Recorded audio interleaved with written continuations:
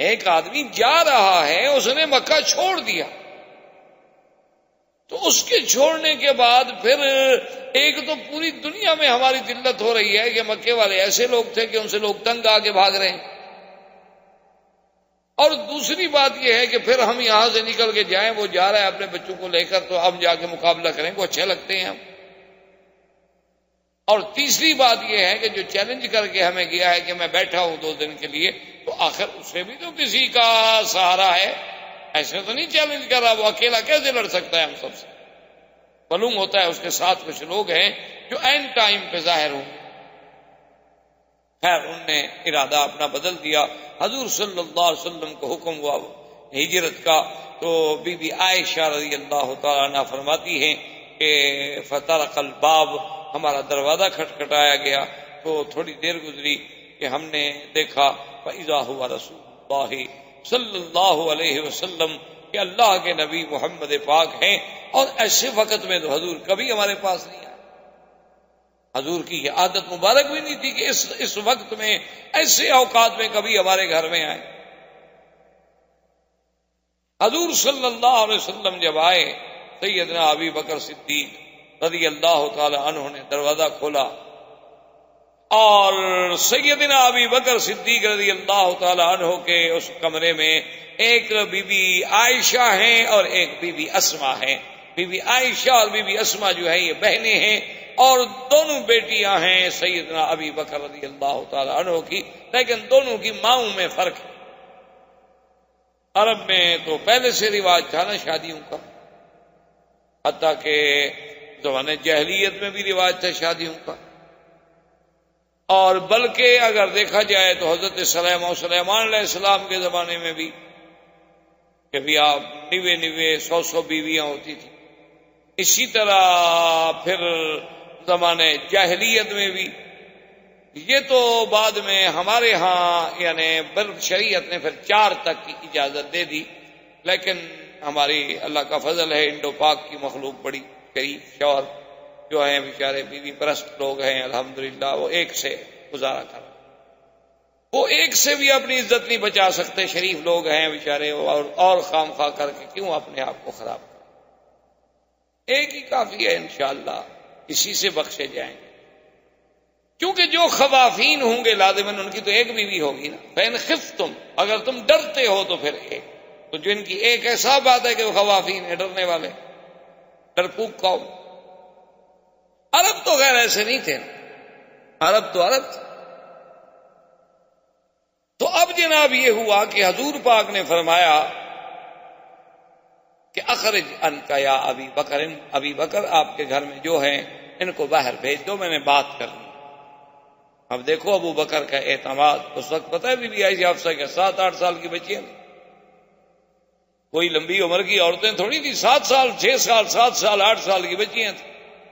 ابا بکر نے کہا یا رسول اللہ ما هذه الا عائشہ و اسماء، میرا مدنی یہ عائشہ ہے، یہ اسماء ہے، یہ ابو بکر کی بیٹیاں ہیں، کوئی غم نہیں، آپ جو مرضی آئے بات کریں، آپ کو میرے گھرانے پہ اعتماد نہیں۔ 6 سال کی بچی، 7 سال کی بچی، لیکن ابو بکر کا اعتماد دیکھ۔ حضور صلی اللہ علیہ وسلم فرمایا انی امرت بالہجرہ، ابو بکر میں اس لیے آیا ہوں کہ اللہ نے مجھے حکم دیا ہے کہ میں اب مکہ چھوڑوں، میں اب ہجرت کروں، ہجرت کا حکم آ گیا ہے۔ تو ابی بکر نے فوراً کہا الصحبۃ یا رسول اللہ، حضور آپ کو تو حکم آ گیا، میرے لیے کیا حکم ہے؟ فرمایا ان اللہ امرنی، ابو بکر میرے اللہ نے مجھے حکم دیا ہے کہ ابو بکر کو ساتھ لے کے جانا۔ فبکا ابی بکر، بی بی عائشہ کہتی ہیں میرے ابا روئے، اور اتنے روئے، فرماتی ہیں کہ ما رأیت احدا، میں نے زندگی میں نہیں دیکھا تھا کہ خوشی سے بھی کوئی روتا ہے، میں نے غم سے روتے ہوئے لوگ تو دیکھے تھے، لیکن مجھے یہ پتا نہیں تھا کہ آدمی کبھی خوشی سے بھی رو پڑتا، خوشی سے بھی آنسو نکل آتے ہیں، اتنا خوش ہوتا ہے کہ اس کے آنسو نکل آتے ہیں۔ ابا رو پڑے، اور اس نے کہا کہ یا رسول اللہ صلی اللہ علیہ وسلم، خدا جانتا ہے میں نے تو 2 اونٹنیاں پال رکھی ہیں، اتنے عرصے سے گھاس کھلا رہا ہوں، اور میں نے تو ساری تیاری مکمل کر رکھی ہے ہجرت کی، محمد عربی صلی اللہ علیہ وسلم۔ حضور صلی اللہ علیہ وسلم بڑے خوش ہوئے، اور فیصلہ ہو گیا کہ ہم نے فلاں رات کو مکہ مکرمہ سے نکلنا ہے اور فلاں راستے سے نکلنا ہے، اور ابی بکر تم نے فلاں جگہ میری انتظار کرنی ہے، وہاں سے آ کے ہم نے پھر مل جانا۔ اور حضور صلی اللہ علیہ وسلم نے سیدنا علی رضی اللہ تعالی عنہ کو بلایا۔ حضرت علی رضی اللہ تعالی عنہ کو بلانے کے بعد حضور صلی اللہ علیہ وسلم کے اس زمانے میں کوئی کتابت، کوئی تعلیم، کوئی تحریر، کوئی ایسی چیزیں تو ہوتی نہیں تھی، آپ کے پاس سارے مکے والوں کی امانات پڑی تھی۔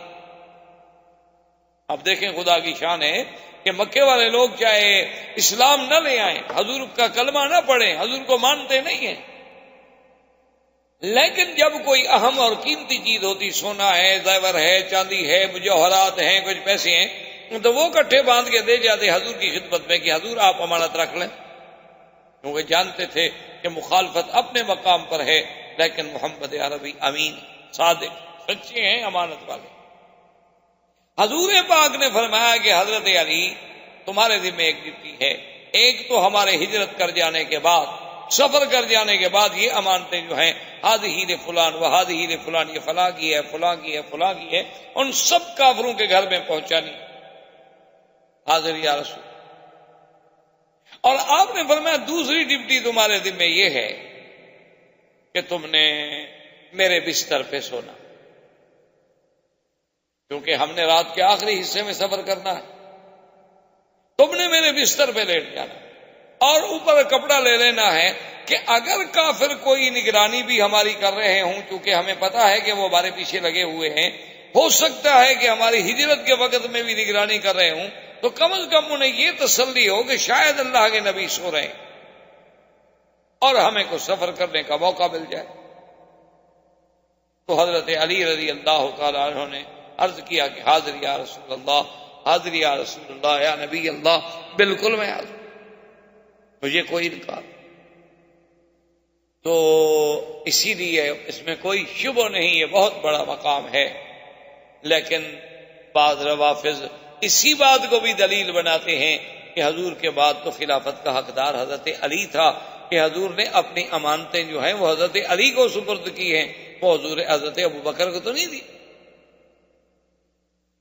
اسی طرح امت بھی تو ایک امانت ہے، تو جب امانتوں کے رکھوالے خود حضور حضرت علی کو بنائیں تو حضور کے بعد پھر اور کیسے کوئی آدمی اس امت کا رکھوالا بن سکتا ہے؟ اور دوسری بات یہ ہے کہ حضور کے اس تخت پر، اس چارپائی پر، اس مقام پر حضور کے حکم سے حضرت علی لیٹے ہیں، تو جس کو حضور نے اپنے بستر پہ بٹھا دیا ہو تو اس تخت پہ کوئی اور کون بیٹھ سکتا؟ حالانکہ اصولی سی بات یہ ہے کہ یہ سب قیاسی باتیں ہیں، یعنی خیالات ہیں، دلائل ہیں عقلی، اور آپ کو پتا ہے کہ عقلی دلائل تو ہر کسی کے پاس ہوتے ہیں، ہر قوم کے پاس، ہر مذہب کے پاس۔ دیکھیں نا جی، اب اتنی ساری دنیا جو ہے بتوں کی پوجا کر رہی ہے، دلائل تو ان کے پاس بھی ہے نا، اپنے دل کو اطمینان دلانے کے لیے آخر کوئی چیز تو ہے جس نے ان کے دماغ کو بھی تسلی دی ہوئی ہے کہ ہم یہ اچھا کام کر رہے ہیں۔ ورنہ ایک عام آدمی کو پتہ لگتا ہے کہ دیکھو مورتی انہوں نے خود بنائی ہے، خود رکھ کے پوج رہے ہیں، کوئی عقل کی بات ہے، لیکن آخر ان کے پاس تو کوئی دلیل ہے نا جو ان کو وجہ اطمینان بنی ہوئی ہے کہ ہمارا کام ٹھیک ہے۔ ورنہ دلیل کا معنی ہمیشہ یاد رکھیں یہ ہوتا ہے کہ اللہ کا حکم کیا ہے، دلیل یہ نہیں ہوتی کہ تم عقل لڑاؤ، ایک بات ہمیشہ یاد رکھیں، ورنہ دلیل ہر باطل کے پاس ہو، ہر فرقے کے پاس دلیل ہوتی ہے، ہر غلط آدمی کے پاس بھی دلیل ہوتی ہے۔ اچھا آپ دو آدمی لڑ جائیں، ہر آدمی جس کے پاس جائیں گے آپ وہ کہے گا نہیں جناب اس کی زیادتی ہے، کمال کرتے ہیں آپ، اس کے پاس جائیں وہ کہے گا نہیں جناب اس کی زیادتی ہے، کمال کرتے ہیں آپ، وہ بھی دلیل دے گا، وہ بھی دلیل دے گا، دلیل تو ظالم کے پاس بھی ہوگی، مظلوم کے پاس بھی ہوگی۔ حالانکہ دلیل کا معنی یہ نہیں ہوتا، ہمیشہ یاد رکھیں، دلیل کا معنی یہ ہوتا ہے کہ اللہ اور اللہ کے رسول کا اس بارے میں کیا حکم ہے۔ اگر اللہ کے رسول کے بارے میں حکم نہ ملے تو پھر اجماع امت کس بات پہ ہے؟ اجماع امت نہ ہو تو پھر ہم قیاس کریں گے کسی دوسرے مسئلے پر۔ یہ چار چیزیں ہیں، یہ دلیل نہیں ہوتی کہ اپنا عقل لڑا لیں، اور اگر اپنا عقل لڑائیں تو میں آپ سے پوچھتا ہوں، ایک وہ آدمی ہے جس کو کافروں کی امانتیں ملی ہیں، اور ایک وہ ہے جس کو اللہ نے خود محمد مدنی امانت کے طور پر دیا ہے کہ اس کو ساتھ لے جاؤ۔ تو حقدار زیادہ کون ہے پھر؟ یعنی ایک آدمی تو ان چاندی سونے کی امانتوں کی حفاظت پہ رکھا گیا ہے، اور ایک آدمی کو خود نبی کے وجود کی امانت سپرد ہوئی ہے کہ ابو بکر یہ تمہارے سپرد ہے، پھر کس کی زیادہ فضیلت ہو؟ ایک آدمی حضور کے بستر پہ لیٹا ہے، اور ایک خود محمد مدنی جس کی گود میں لیٹا ہے، ان دو میں سے پھر افضل کون ہوگا؟ حضرت علی تو حضور کے بستر پہ لیٹے، اور حضور غار میں ابو بکر کی گود میں لیٹے ہیں، تو پھر آپ بستر پہ لیٹنے والا افضل ہوگا یا جو خود نبی کا بستر بن گیا ہے وہ افضل ہوگا؟ اس لیے عقلی دلائل کی بات نہیں ہوتی، اصل بات قرآن و حدیث کے دلائل کی ہوتی ہے۔ حضور صلی اللہ علیہ وسلم اللہ کے نبی، یہ سارا فیصلہ ہو گیا۔ حضور پاک کا گھر مبارک یوں سمجھ لیں جیسے یہ چھتا بازار ہے، غزہ ہے، ابھی یہاں بیت خدیجہ تھا، اور سیدنا صدیق کا گھر تھا جہاں ابھی شرکہ مکہ بنی ہوئی ہے، یہ تھی شار ابی بکر صدیق، اور یہاں پہلے ایک مسجد بھی آتی تھی، مسجد ابی بکر صدیق، اور وہی بیت ابی بکر صدیق تھا۔ تو حضور پاک نے فرمایا کہ میں اپنے گھر سے یوں چلوں گا اور تم اپنے گھر سے نکلو گے، تو آگے مسیال میں یہ طریق الہجرہ جو ہے، یہ جو قدئی کو راستہ جا رہا ہے، اسی راستے پہ ہم اکٹھے ہوں گے، اور پھر آگے ہم غار ثور پہ جائیں گے، اس کے بعد غار ثور میں رہیں گے، اور تمہارا نوکر، تمہارا غلام جو ہے عامر ابن فہیرہ، اس کے ذمے یہ ہوگا کہ وہ اپنی بکریاں اور اپنا ریوڑ لے کر اسی راستے سے صبح صبح نماز کے وقت میں ریوڑ نکالے گا، تاکہ جہاں جہاں ہم چلے ہیں ہمارے قدموں کے اوپر مال مویشی چل جائے گا، ہمارے پاؤں کے نشان بٹ جائیں گے، تاکہ قریش ہمارے پاؤں ڈھونڈ نہ سکے۔ حضور صلی اللہ علیہ وسلم نکلے تو باہر 60 قبیلے کے آدمی جو تھے جی تلواریں لے کے کھڑے محاصرہ کر، اور حدیث پاک میں آتا ہے کہ حضور نے مٹی اٹھائی اور اس کے بعد فرمایا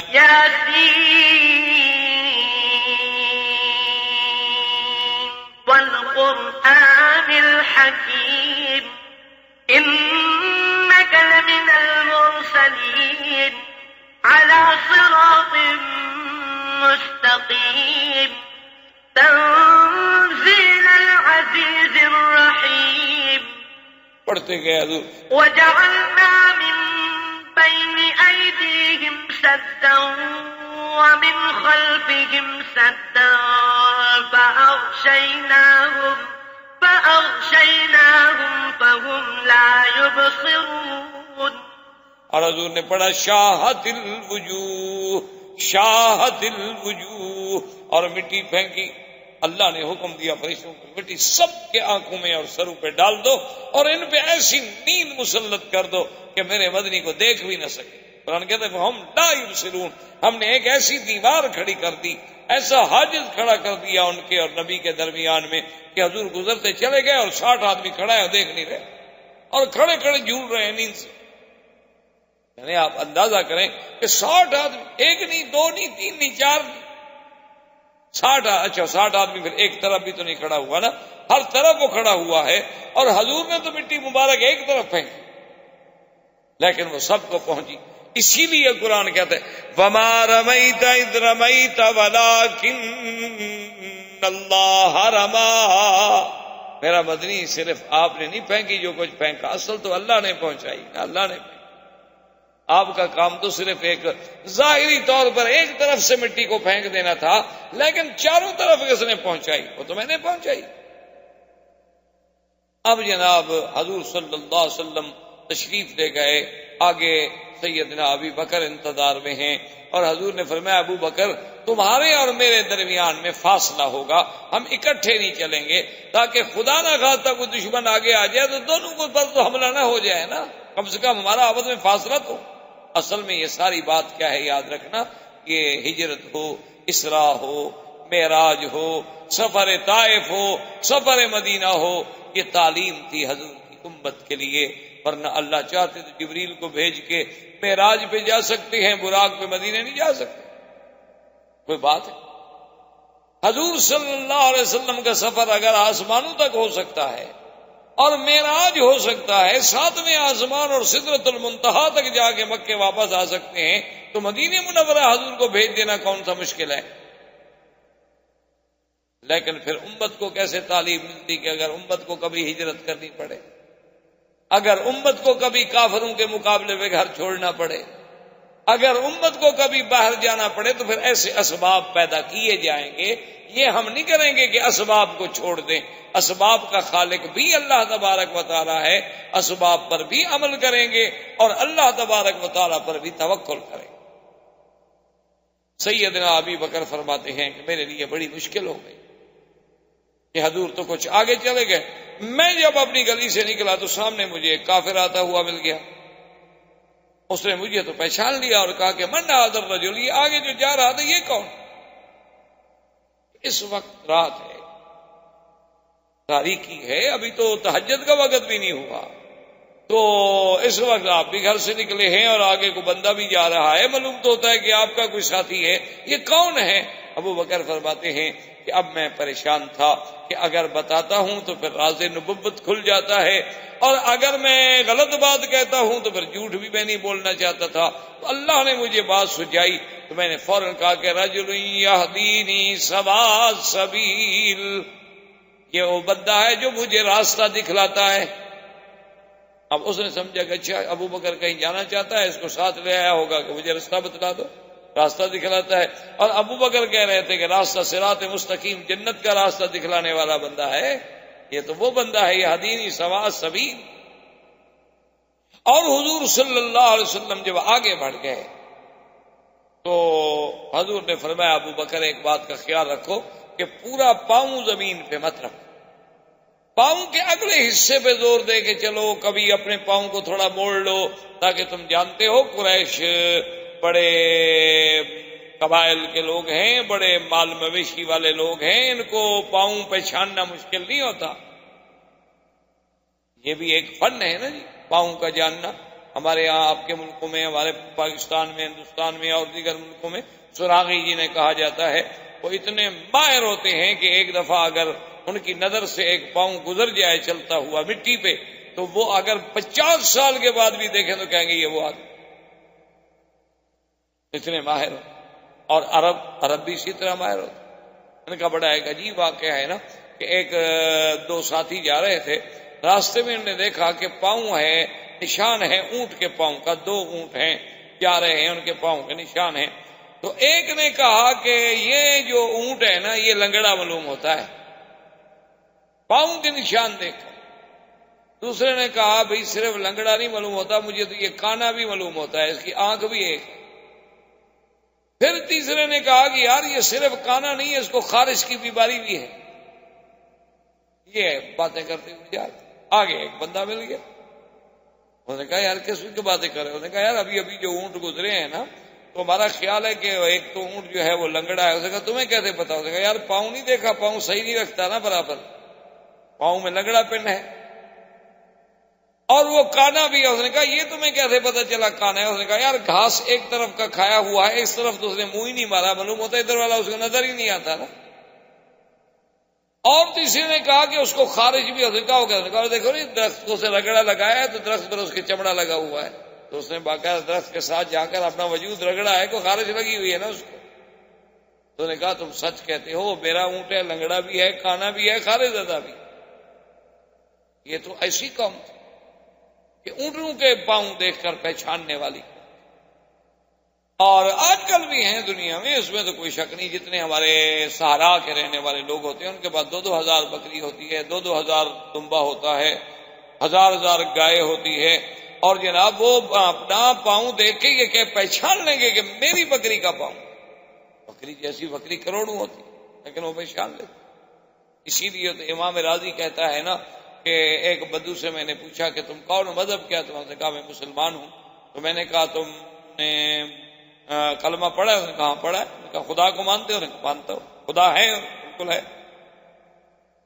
تو امام راضی کہتے ہیں مجھے ایسی عقل میں سوجھی کہ چلو ہے تو یہ بدو قسم کا آدمی نا، تو میں اس سے پوچھوں کہ خدا ہے، کیا دلیل ہے تمہارے پاس؟ اس نے مجھے گھور کے دیکھا، کہنے لگا مولوی صاحب عجیب آدمی ہو، یہ پاؤں دلالت کر رہا ہے کہ بکری گزری ہے، یہ مینگنی دلالت کر رہی ہے کہ یہاں سے اونٹ گزرا ہے. یہ چیزیں تو اتنے بڑے اونٹ پہ دلالت کر رہی ہے، ساری کائنات نہیں دلالت کر رہی کہ میرے بھی بنانے والا کوئی ہے. عجیب آدمی ہو. ہم یہ پاؤں دیکھ کے فیصلہ کر لیتے ہیں کہ ہرن گزرا ہے یا خرگوش گزرا ہے یا بکری گزری ہے یا دمبا گزرا ہے. تو یہ پاؤں ہمیں بتلا رہا ہے، یہ پوری کائنات نہیں بتلا رہی کہ خدا کوئی ہے. اس نے کہا، راضی نے کہا کہ یار یہ تو بڑی اچھی دلیل ہے اس کے. انہوں نے کہا اچھا یہ بھی تو ہو سکتا ہے نا کہ خدا دو ہوں. انہوں نے کہا نہیں خدا ایک. انہوں نے کہا اچھا ایک ہونے پر تمہارے پاس کیا دلیل ہے؟ انہوں نے کہا مولوی صاحب تمہارا دماغ تو نہیں چل گیا؟ اگر خدا دو ہوتے نا تو روز جھگڑا ہوتا ہے. ایک کہتا ابھی دن رہنے دے، کہتا نہیں میں ابھی رات لاتا ہوں. تو جو کمزور ہو جاتا ہے وہ خدا تھوڑا ہوتا ہے، کمزور بھی کبھی خدا بنا ہے بنا. جو تکڑا ہو جاتا خدا تو وہی بنتا نا، پھر بھی تو ایک رہتا. دو ہوتے تو نظام تو نہ چلتا ہے. کہتا چھٹی کرو، ایک کہتا نہیں پڑھنے دو. اس لیے حضور نے فرمایا کہ اگلے پاؤں پہ چلیں تاکہ قریش کو ہمارے پاؤں نہ مل جائے. اور عامر ابن فہیرہ سے کہیں کہ وہ صبح صبح اپنے مویشی لے کے آئے اور اسی راستے سے گزار دیتا کہ ہمارے پاؤں جو ہیں وہ چھپ جائیں تاکہ ہم آسانی کے ساتھ غار میں سفر کر سکیں. حضور صلی اللہ علیہ وسلم سفر کر رہے ہیں اور ادھر جب کافروں کی ہوش آیا، آنکھیں کھلی، ایک آدمی سے کہا کہ بھی دیوار پہ ہاتھ کے اندر کیوں نہ جائے؟ وہ دیوار پہ چڑھا لیکن اتر آیا. اس نے کہا بات یہ ہے کہ حضور تو سو رہے ہیں. اس نے کہا پھر اندر تم کیوں نہیں گئے؟ اندر جاؤ. انہوں نے کہا دیکھو اگر ہم نے کسی کے گھر کے اندر چڑھائی کی نا تو قیامت تک تانا رہے گا کہ عورتیں گھر میں ہوتی ہیں، بچے گھر میں ہوتے ہیں. ہم نے ان کے گھروں میں حملہ کیا، ان کے گھروں میں داخل ہو گئے. یعنی کافر بھی اس گھر میں داخل نہیں ہوتا تھا کہ جہاں غیر عورت رہتی. کافروں کو بھی اتنی شرم تھی کہ جس گھر میں عورت ہو ہم اندر جائیں. باہر کھڑے رہیں گے لیکن بھی اندر نہیں. اب جب صبح ہو گئی، بالکل وقت ہو گیا صبح کا، فخرج علی رضی اللہ تعالی عنہ، حضرت علی نکلے. اب حیران پریشان کہ اس وقت حضور بھی آتے تھے حرم، یہ تو حضرت علی جا رہے. حضرت علی تو کبھی یہاں ہوتے نہیں تھے. انہوں نے اس سے کہا بھی تم نے جو دیوار سے دیکھا تھا؟ اس نے کہا میں نے تو سوتے ہوئے دیکھا نا، کپڑا ڈال کے ایک آدمی سویا. مجھے کیا پتا حضرت علی سو رہے تھے کہ اللہ کے نبی سو رہے تھے. اب کھڑے ہیں، تھوڑی دیر گزری، دیکھا تو کوئی بھی نہیں. انہوں نے کہا بے وقوفو خرج محمد صلی اللہ علیہ وسلم. اچھا دوسرا کہ یار یہ میرے سر میں مٹی کہاں سے آ گئی؟ انہوں نے کہا کمال ہے، مٹی تو میرے سر میں بھی ہے. یار ہمارے سر میں مٹی کیسے آ گئی؟ اب 60 آدمیوں کے سر. انہوں نے کہا معلوم ہوتا ہے کہ انہو القى التراب علی رؤوسنا، اللہ کے نبی ہمارے سروں پہ مٹی پھینک کے چلے گئے، ہم ناکام. تو اب ایسا کرتے ہیں کہ ڈھونڈتے ہیں اور تلاش کرتے ہیں کہ اللہ کے نبی کہاں گئے. زندگی باقی تو بات باقی، وما علینا الا البلاغ. برادران اسلام، واجب الاحترام بزرگوں، دوستوں، بھائیوں، عزیز نوجوانوں، دروس سیرت نبی صلی اللہ علیہ وسلم کے بارے میں ہمارا یہ سلسلہ درس الحمدللہ قدر استطاعت اور قدر علم ہم نے ابتدا سے لے کر اس مقام پہ پہنچے تھے کہ حضور صلی اللہ علیہ وسلم کو حکم ہجرت ملا، کیونکہ اللہ کے نبی کا کوئی عمل اللہ کے حکم کے بغیر نہیں ہوتا. اور یہ تو ایک بہت بڑا عظیم مسئلہ تھا، سرزمین حرم کو چھوڑنا، مکہ شریف کو چھوڑنا، کعبۃ اللہ کو چھوڑنا، یہ کوئی معمولی سی بات نہیں تھی. افضل بقعۃ فی العالم، پوری کائنات میں سب سے افضل زمین کا ٹکڑا جو ہے وہ اللہ کا کعبہ ہے. حتیٰ کہ صحیح احادیث میں موجود ہے کہ حضور صلی اللہ علیہ وسلم نے کعبۃ اللہ میں کھڑے ہو کر یہ ارشاد فرمایا تھا کہ واللہ انک لخیر ارض اللہ واحب ارض واحب الی اللہ.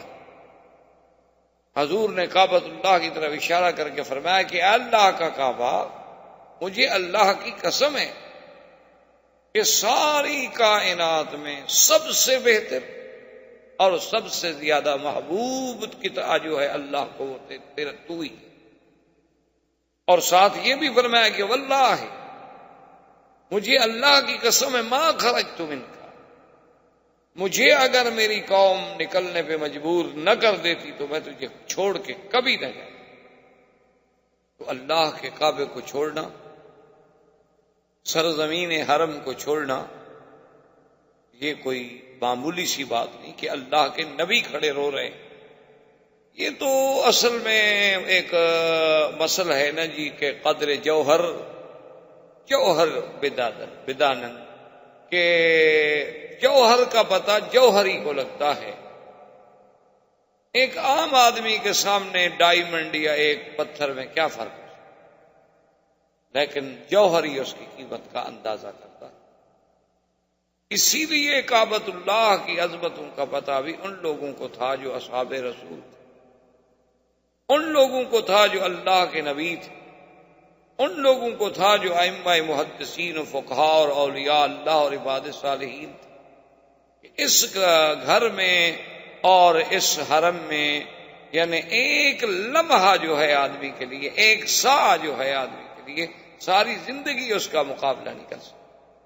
ہم تو مادیات کا شکار ہو کر یہاں آتے ہیں اور پھر ان معاملات میں اتنی کھو جاتے ہیں کہ ہمیں دوستوں کے لیے بھی ٹائم مل جاتا ہے، ہمیں پکنک کے لیے بھی ٹائم مل جاتا ہے، واک کرنے کے لیے بھی ٹائم مل جاتا ہے، لیکن حرم میں حاضر ہونے کو ٹائم نہیں ملتا۔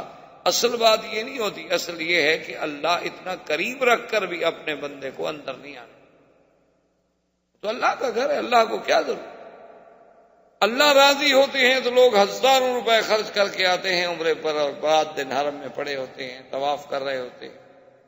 اور ایسے لوگ بھی ہیں بد نصیب کے اللہ کے گھر میں رہتے ہیں، ملازمت ہے، نوکری ہے، جگہ ہے، رہائش ہے، گاڑی ہے، کار ہے، وسائل ہے، لیکن پھر بھی حرم میں نماز نصیب نہیں ہوتی، طواف نصیب نہیں ہوتا۔ تو ان چیزوں کا تحسر دنیا میں تو خیر کسی کو کیا محسوس ہوگا، اللہ والوں کو تو محسوس ہوتا ہے، ورنہ پھر ہر آدمی کو اس کا آخرت میں پتہ چلے گا کہ ہم نے اتنی بڑی نعمت کا کس انداز سے ناشکر۔ تو حضور سرکار دو عالم صلی اللہ علیہ وسلم نے جب ہجرت کا فیصلہ فرما لیا اور سرکار دو عالم صلی اللہ علیہ وسلم نے اس کی تقسیم کار ایسے کی کہ آپ نے سیدنا علی رضی اللہ تعالی عنہ کو فرمایا کہ تمہارے ذمے تو یہ ہوگا کہ تم میرے بستر پہ، میرے فراش پہ میری چادر اوڑھ کے سو جاؤ گے، تاکہ اگر دشمن دیکھنے کی کوشش کریں تو انہیں اطمینان ہو کہ اللہ کے نبی ابھی گھر میں ہیں اور ہمیں کچھ فاصلہ کرنے کا موقع ملے۔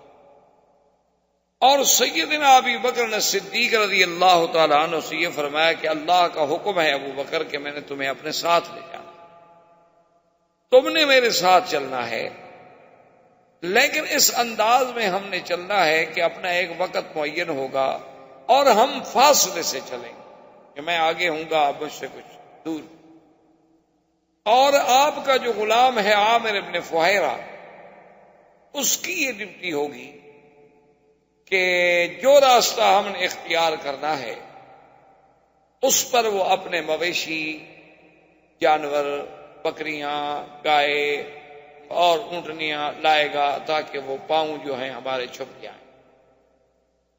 اور عبداللہ ابن ابی بکر کی یہ ڈیوٹی ہوگی کہ وہ ہمیں روزانہ کے معلومات جو ہے وہ پہنچائے گا کہ آج کیا ہوا، آج مکے میں کیا ہو رہا ہے۔ اور بی بی اسما کے ذمے یہ لگایا گیا کہ تم نے ہمیں طعام پہنچانا ہے۔ یہ ساری تخطیط جو تھی، یہ ساری تنظیم جو تھی، یہ خود حضور سرکار دو عالم رحمت دو جہاں صلی اللہ علیہ وسلم نے خود فرمایا۔ اسی لیے علماء لکھتے ہیں کہ اول فدائی جو ہے میرے مدنی پاک کا باعتبار جان فدا کرنے کے، اس اعتبار سے وہ حضرت علی ہیں کہ اس موقف کو جانتے ہو کہ کافر کتنی دشمن، پھر بستر پہ لیٹ جانا یہ کوئی آسان بات نہیں، یہ بہت بڑی قربانی تھی، بہت بڑی اللہ کے نبی سے محبت کی انتہا تھی کہ آپ نے جان داؤ پہ لگا دی۔ اور سیدنا صدیق رضی اللہ تعالیٰ عنہ کا تو اس سے بھی بڑا امتحان ہے کہ وہ امانت نبوت کو لے کے ساتھ چل رہا، سیدنا علی رضی اللہ تعالیٰ عنہ کے لیے تو خطر اس وقت تک ہے جب تک کہ کافروں کو ہو سکتا ہے پتہ نہ چلے وہ حملہ کر دیں، لیکن جب بات معلوم ہو جائے گی تو بات ختم ہو گئی کہ بھئی اللہ کے نبی تو چلے گئی ہے تو حضرت علی۔ لیکن سیدنا ابی بکر رضی اللہ تعالیٰ عنہ کا جو خطرہ ہے وہ تو سارا سفر میں ہے جب تک کہ حضور مدینے نہ پہنچ جائے، ان کے لیے تو پورا سفر قربانی۔ سرکار دو عالم صلی اللہ علیہ وسلم کے سفر کے لیے سیدنا ابی بکر صدیق رضی اللہ تعالیٰ عنہ نے عرض کیا کہ یا رسول اللہ میں نے تو 2 اونٹنیاں پہلے سے تیار کر رکھی اور انہیں بڑا کھلایا ہے پلایا ہے، بڑی تر و تازہ بڑی موٹی ہیں ماشاءاللہ، بڑی ہمت سے سفر کریں گی اور ہمیں کوئی تکلیف نہیں ہوگی، راستے میں سواری نہیں بدلنی پڑے گی۔ حضور نے فرمایا تم نے کیسے کر لیا؟ انہوں نے کہا رسول اللہ ایک تو میں نے خواب دیکھا تھا کہ ہم سفر جو ہے اکٹھے کر رہے ہیں، اور دوسرا مجھے یقین تھا کہ جب میں اجازت مانگتا ہوں ہجرت کی مکے سے جانے کی تو آپ مجھے اجازت نہیں دیتے، آپ کہتے ہیں کہ صبر کرو، سب کو تو اجازت مل رہی ہے۔ آپ نے فرمایا ابو بکر رضی اللہ تعالی عنہ بات ٹھیک ہے تم نے بہت اچھا کیا، لیکن میں تمہیں 1 اونٹنی کے پیسے ادا کروں گا۔ تو سیدنا صدیق رضی اللہ تعالی عنہ کہ یا رسول اللہ میرا تو سب کچھ آپ، میں نے تو اپنا سب کچھ لوٹا دیا ہے، تو اب 1 اونٹنی کے پیسے لے کے میں نے کیا کرنا ہے؟ حضور نے فرمایا نہیں ابو بکر یہ بات نہیں، اصل مسئلہ یہ ہے کہ میں اپنی ہجرت کے ثواب کو ناقص نہیں کرنا چاہتا تاکہ اس کا پورے کا پورا ثواب جو ہے وہ مجھے حاصل۔ اسی لیے یہ ضروری ہوتا ہے کہ آپ حج پہ جا رہے ہیں، آپ عمرے پہ جا رہے ہیں، آپ عبادت پہ جا رہے ہیں، تو بہتر یہ ہوتا ہے کہ ہر ساتھی اپنا حصہ ڈالے تاکہ اس کے ثواب میں کیوں کمی آئے۔ آج کل کے دور میں یہ بات جو ہے صرف ہم نے دیکھا ہے سنا ہے، چونکہ کبھی جانے کا اتفاق تو ہوا نہیں۔ تبلیغی جماعت والے حضرات جو ہیں بڑی پابندی کرتے ہیں اور بہت اچھی بات، شریعت کا حکم ہے، اللہ رسول کا حکم ہے، سنت محمد مصطفیٰ، سنت کے عمل میں قرآن کے عمل میں بڑی طاقت ہے جس کو ہم سمجھتے نہیں ہیں، بڑی مشکل یہ ہے ہماری، چونکہ ہماری آنکھوں پہ مادیت کی ایسی پٹی چڑھ گئی ہے، ہماری آنکھوں پر کفر نے اسباب ظاہرہ کی ایسی پٹی بٹھا دی ہے کہ ہماری آنکھوں میں صرف یہ اسباب ہی رہ گئے ہیں، مسبب الاسباب تک ہماری نظر ہی نہیں جاتی۔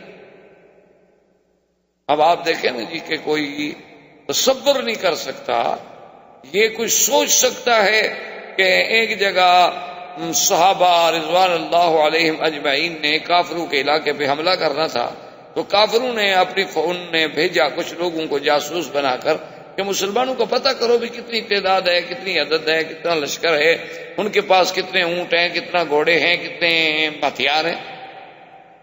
اتفاق کی بات یہ ہے کہ وہ جاسوس ایسے وقت میں آیا کہ نماز کا وقت تھا، ندی کے کنارے پر صحابہ بیٹھے ہوئے تھے وضو کرنے کے لیے اور سب مسواک کر رہے، مسواک ایک سنت، دانت صاف کر۔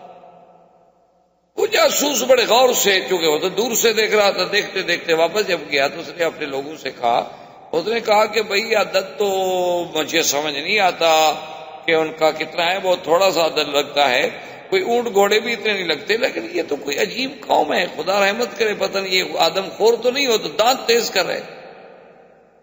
نے کہا اچھا، کہاں دیکھو نا اگر ایک آدمی کا دانت خراب ہو سکتا ہے، سب کے کیسے خراب تھے کہ ایک ہی وقت میں ایک ہی ٹائم پر ایک ہی کنارے پہ بیٹھ کے اور سارے ایک ہی لکڑی اور ایک ہی طرز پہ استعمال کر رہے ہوں۔ اللہ تبارک و تعالیٰ معاف فرمائے۔ تو اللہ کی قدرت دیکھیں، اسے ایک سنت کا ایسا روب کافروں کے دل میں پڑا کہ وہ قلعہ چھوڑ کے بھاگ گئے۔ انہوں نے کہا کہ بھی پھر آدم خور مخلوق سے کون لڑ سکتا، یہ تو اچھی بات ہے، ایک معاملہ اور لوگوں کو سنائیں تو ان کے لیے ایک تضحیق ہوگی، ذوقا ہو۔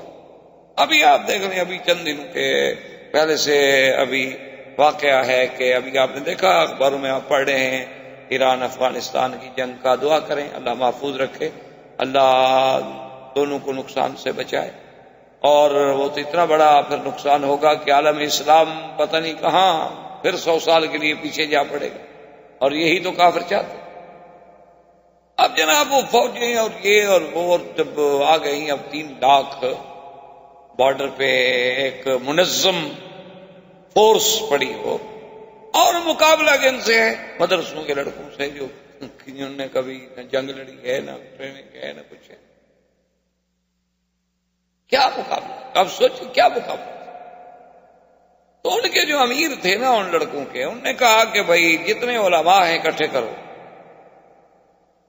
تو تقریباً جو ہمیں سنایا گیا یا معلوم ہوا یا اخباروں میں پڑھا کہ تقریباً کوئی 6000 کے قریب علماء اکٹھے ہوئے۔ اس نے کہا کہ مجھے یہ فتویٰ دو کہ یہ جو ہماری جنگ ہونے والی ہے اور 3 لاکھ فوج ہمارے ہمسائے نے ہمارے خلاف لگا دی ہے، کیا وہ کافر ہے شیعہ؟ اگر تو کافر ہے پھر تو ہمیں جنگ لڑنی ہے، اور اگر وہ مسلمان ہیں تو پھر تو ہم ان سے جنگ نہیں کر سکتے، مسلمانوں سے کیسے لڑیں؟ پھر تو یہ ہوگا ہمارا فیصلہ کہ ہم نہیں پہلی گولی چلائیں گے اور نہ ہم ان کے علاقے میں قدم رکھیں گے۔ اگر انہوں نے ہمارے اوپر گولی چلائی اور قدم رکھا تو ہم ڈیفنس کریں گے جس کی ہمیں شریعت اجازت ہے، پھر ہم دفاعی جنگ تو لڑیں گے، لیکن کسی مسلمان کے ساتھ اب لڑ تو نہیں سکتے کہ ابتدا کریں۔ اس پہ علماء کا بورڈ بیٹھا، اللہ نے مہربانی کی، ان کو فوراً فیصلہ کرنا پڑا کہ جی ہم نہیں لڑتے۔ ان کے لیے تو یہ مسئلہ پیدا ہو گیا نا کہ اگر 6000 علماء متفق ہو کر کفر کا فتویٰ جاری کر دیں تو جنگ تو اپنی جگہ رہی، ہم تو ویسے جنگ ہار گئے، اور اگر وہ کفر کا فتویٰ جاری نہ کریں تو وہ کہتے ہیں ہم تو لڑتے نہیں، ہم تو مسلمانوں کے خلاف کبھی نہیں لڑیں گے، اسلام کے خلاف کون لڑ سکتا ہے؟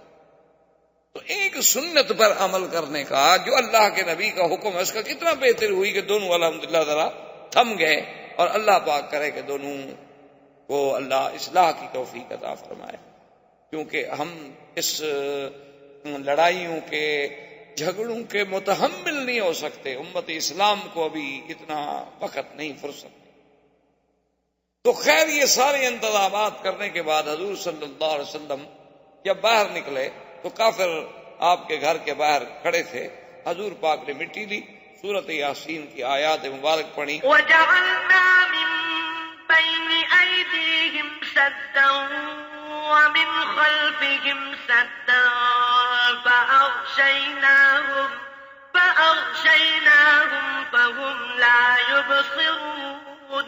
شاہت الوجوہ، شاہت الوجوہ، شاہت الوجوہ پڑھ کے حضور نے پھینکا، اللہ نے وہ مٹی جو تھی تمام کافروں کی آنکھوں میں، سروں میں ڈالی، وہ سب کے سب غنودگی کا شکار ہو گیا۔ حضور آرام سے حضور صلی اللہ علیہ وسلم تشریف لے گئے۔ یہ اب آپ یوں سمجھیں کہ جیسے اب محلہ مسفلہ ہے، یہ حرم کے سامنے مکہ کمپلیکس ہے، یہ سارا راستہ جو یہ مسیال کہلاتا ہے، اور یہی آگے جا کے شہر ابی بکر صدیق ہے، شہر ابراہیم الخلیل ہے، اور یہی راستہ پھر جا کے کدائی سے ہوتا ہوا غار ثور کی طرف، جس کو آج کل مخطط دار الہجرہ کہتے ہیں، اصل یہی طریقہ الہجرہ۔ حضور صلی اللہ علیہ وسلم اسی طرف روانہ ہوئے، اور کافروں نے جب کافی دیر ہو گئی، صبح کا وقت قریب آ گیا، وہ حیران ہو گئے کہ حسب عادت آج حضور صلی اللہ علیہ وسلم باہر نہیں آئے۔ تو ایک نے کہا کہ چلو بھی دیکھتے ہیں، وہ دیوار پہ چڑھ کے اس نے دیکھا، اس نے کہا کہ بھئی حضور تو سو رہے، چارپائی پہ لیٹے ہوئے ہیں، کپڑا پہنا ہوا۔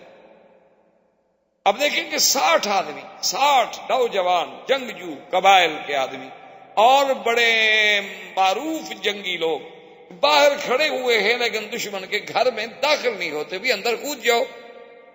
تو علماء نے لکھا کہ وجہ یہ تھی کہ یہ عرب میں آر تھی کہ جس گھر میں بچے ہوں، عورتیں ہوں، اس گھر میں داخل کیسے؟ کہتے ٹھیک ہے دشمنی ہے، جب مرد نکلے گا قتل کر دیں، لیکن جس گھر میں کوئی عورت ہو، کوئی خاتون ہو، اس گھر میں ہم رات کو کیسے داخل ہو جائیں؟ یہ تو بے حرمتی ہے، یہ تو کسی دوسرے کی عزت کی توہین ہے۔ یعنی کافروں کو یہ خیال تھا۔ اب آپ خود اندازہ کر لیں کہ آج مسلمانوں کو بھی کیا یہ خیال ہے۔ آج تو ہم جس دور سے گزر رہے ہیں، بیٹے اپنے ماؤں کے قاتل، کئی دفعہ اخبار میں آتا ہے بیٹے نے ماں کو قتل کر دیا، بیٹے نے باپ کو قتل کر دیا، بھائی نے بہن کو قتل کر دیا، بھائی نے بہن کو بیچ دیا۔ ہم تو اس دور میں گزر رہے ہیں۔ اب انہوں نے دیکھا، تھوڑی دیر گزری، انہوں نے کہا بھی یہ تو نہیں ہو سکتا کہ اتنی لمبی دیر اور اس وقت تک حضور لیٹے رہے۔ تو انہوں نے کہا بھی کوئی خاتون کوئی بچہ، اب چونکہ صبح بھی قریب آنے لگ گئی، انہوں نے کہا نہیں اندر کوئی خاتون کوئی بچہ کوئی عورت تو نظر نہیں. انہوں نے کہا پھر ہم کیوں کھڑے ہوئے ہیں بھائی، چلو اندر. سب نے جناب جب اندر آئے تو حضرت علی اٹھے، کپڑا ہٹایا چہرے سے، فقال فإذا هو علی. انہوں نے کہا یہ تو حضرت علی لیٹے ہوئے ہیں. تو انہوں نے حضرت علی سے پوچھا کہ این رسول اللہ، محمد مصطفیٰ کہاں ہیں؟ تو حضرت علی نے فرمایا کہ میں کیا بتا سکتا ہوں کہ وہ اس وقت کہاں ہوں گے. بات اس کی ٹھیک تھی، حضرت علی نے جھوٹ تو نہیں بولا. کیوں؟ اللہ کے ماننے والے جو ہیں وہ کبھی جھوٹ تھوڑا بولتے. حضرت مولانا قاسم نانوتوی رحمۃ اللہ علیہ جن نے دارالعلوم دیوبند کی بنیاد رکھی، انگریزوں نے ان کے وارنٹ جاری کیے اور انگریز ان کو سزائے موت دینا چاہتے. تو دوستوں نے انہیں مشورہ دیا کہ حضرت یہ بہت بڑا مسئلہ ہے اور کفر کی طاقت ہے، انگریز کی حکومت ہے، اور وہ اندر کے لوگوں نے ہمیں بتایا ہے کہ وہ آپ کو سزائے موت دینا چاہتے ہیں، آپ مہربانی کر کے چھپ جائیں. حضرت مولانا قاسم نانوتوی رحمۃ اللہ علیہ دوستوں کے مشورے کے بعد، علماء کے مشورے کے بعد چھپ گئے. 3 دن کے بعد دوستوں نے دیکھا کہ وہ تو پھر مسجد میں کھڑے نماز پڑھ رہے. نماز پڑھ کے فارغ ہوئے تو ساتھی اکٹھے انہوں نے کہا واہ مولانا کمال کر دیا، آپ بھی بڑی مدت چھپے بھائی، اور 3 دن کے بعد ہی اگر باہر نکل آنا تھا تو پھر چھپنے کی ضرورت ہی نہیں تھی. انہوں نے فرمایا کہ حضور غار میں ہجرت کے میں 3 راتیں رہے تھے، تو غار میں 3 راتوں سے زیادہ میرا محبوب نہیں رہا، تو میں نے سمجھا کہ سنت کے خلاف، اس لیے جب جان چلی جائے گی زیادہ سے زیادہ اور کیا ہو جائے گا، لیکن محبوب کی سنت جو ہے اس کی مخالفت. اچھا خدا کی شان دوست احباب یہ کہہ کے چلے گئے اور دشمن بھی تو تلاش میں تھا. فوراً جناب ایک کلیکٹر کے عہدے کا افسر انگریز وہ مدرسے میں گھس آیا اور آ کے مولانا قاسم سے ہی پوچھتا ہے کہ مسٹر مولانا قاسم کدھر ہے، کیونکہ اس کو یہ تو پتا تھا کہ مولانا قاسم کو پکڑنا ہے لیکن شکل نہیں جانتا. تو مولانا قاسم رحمت اللہ علیہ نانوتوی رحمت اللہ علیہ جہاں کھڑے تھے 2 قدم ذرا پیچھے ہٹ کے فرمایا ابھی تو یہی تھے، فرمایا ابھی تو یہی تھے. اس نے سمجھا اس کا مطلب ہے کہ اب تو نہیں ہے یہاں، تو چلا گیا. تو جھوٹ بھی نہیں بولا، واقعی بات ہے کہ ابھی تو یہی تھے، اس میں کون سا جھوٹ تھا. تو اس کو کہا جاتا ہے عربی میں توریہ. یہ باقاعدہ ایک علم ہے، ایک فن ہے کہ آدمی ایسی بات کرے کہ جو ذو معنی ہو اور جس سے دونوں پہلو نکلیں. اور یہ اللہ کے قرآن میں بھی ہے کہ جب موسیٰ علیہ السلام کی بہن ڈھونڈتے ڈھونڈتے فرعون کے گھر میں آئی، دیکھا کہ موسیٰ رو رہے ہیں، دودھ نہیں پیتے. اب بہن ہے، بہن کا دل کیسے برداشت کرے کہ بھائی رو رہا ہو، بہن تو نہیں برداشت کر سکتی. تو بھی جلدی جلدی دوڑی اور اس کا کیا بات ہے، کیوں رو رہا ہے بچہ یہ؟ اب یہ بتا بھی نہیں سکتی بیچاری، ڈر کے مارے کہ میرا بھائی ہے. تو کیوں رو رہا ہے؟ انہوں نے کہا دودھ نہیں پیتا. دیکھو اس عورت کا دودھ دیا نہیں پیتا، اس کا دیا نہیں پیتا، اس کا دیا. انہوں نے کہا صحیح، اچھا ایسا ہے. هل أدلكم على أهل بيت يكفلونه لكم وهم له ناصحون. بی بی نے کہا اچھا یہ بتلاؤ کہ میں تمہیں ایک گھرانہ کیوں نہ بتلاؤں. ایک گھر ہے، اس میں ایک بی بی ہے، بڑی پاک، بڑی نیک، بڑی صالحہ، اور بالکل ابھی اس کا بچہ بھی ہوا ہے، اس کا دودھ یہ ضرور پیے گا، وہ بڑی پاک عورت. اب جب فرعون آیا نا جی، تو قرآن میں ہے، مفسرین لکھا ہے کہ جب بی بی نے یہ کہا نا کہ وَهُمْ لَهُ نَاصِحُونَ، اور وہ گھرانے والے، وہ عورت جو ہے دودھ پلانے والی اس بچے کی خیر خواہ بھی ہے، اس کی ہمدرد بھی ہے. تو فرعون کو فوراً سوچی، اس نے کہا بہن ادھر آؤ، تمہیں کیسے پتا ہے کہ وہ عورت اس بچے کی خیر خواہ ہے؟ اس کو کھٹکا کہ کہیں وہ عورت حقیقتاً تو اس کی ماں نہیں، اور یہ بچی جو ہے وہ جانتی ہے کہ یہ موسیٰ، یہ بچہ کون ہے، تو اس کا مطلب ہے کہ میں جس بچے سے ڈر رہا ہوں کہ یہ وہ بچہ تو نہیں ہے. تو فرعون کی تو آنکھیں سرخ ہو سکا، تم نے کیسے کہہ دیا کہ وہ اس کی خیر خواہ ہے؟ اس نے کہا فرعون تو نے سمجھا نہیں، لہو ناصحون، میرا مقصد یہ تھا کہ وہ اس کے خیر خواہ ہے، تیری خیر خواہ ہے. اب ضمیر کا مرجع ادھر بھی ہو سکتا تھا، ادھر بھی ہو سکتا تھا کہ لہو اس کے لیے یا اس کے لیے.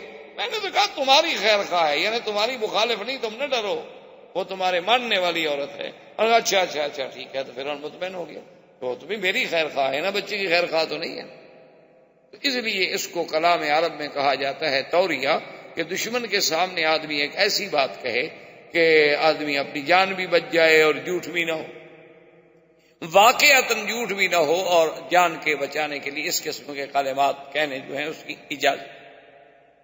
اب جب انہوں نے حضرت علی رضی اللہ تعالیٰ عنہ کو دیکھا تو انہوں نے کہا کہ یہاں تو اللہ کے نبی نہیں ہے، فوراً ابو جہل نے کہا دیکھو دوڑو، اس نے کہا فوراً دوڑو، جلدی کرو اور جلدی پہنچو، بس اگر نبی اپنے گھر میں نہیں ہے نا تو پھر وہ ابو بکر کے گھر میں چھپے ہوں۔ یعنی ابو جہل کا بھی یہ عقیدہ تھا کہ اللہ کا نبی اپنے گھر کے بعد اگر کوئی مقام ہو سکتا ہے تو وہ ابو بکر کا مقام۔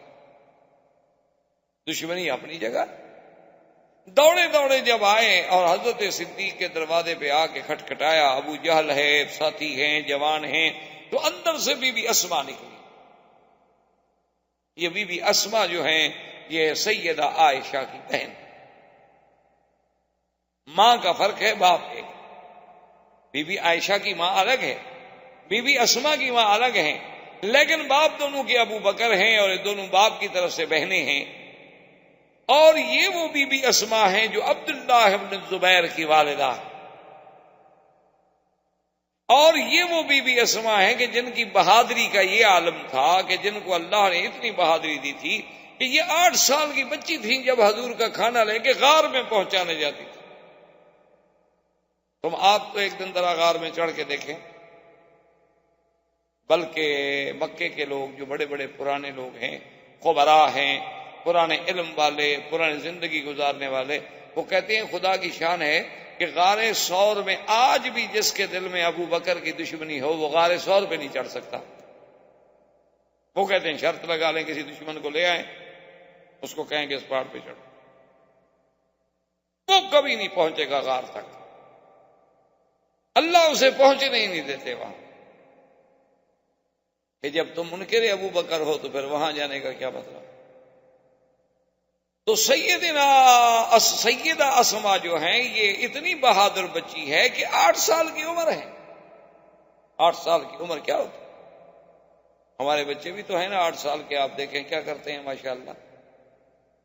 ہاں البتہ ٹی وی شیوی وی سی آر یہ چلا لیتے ہیں، اس میں ماہر ہیں، اس میں خاصی ترقی کی ہے ہماری نسل نے ماشاءاللہ، بہت آگے جا رہی ہے۔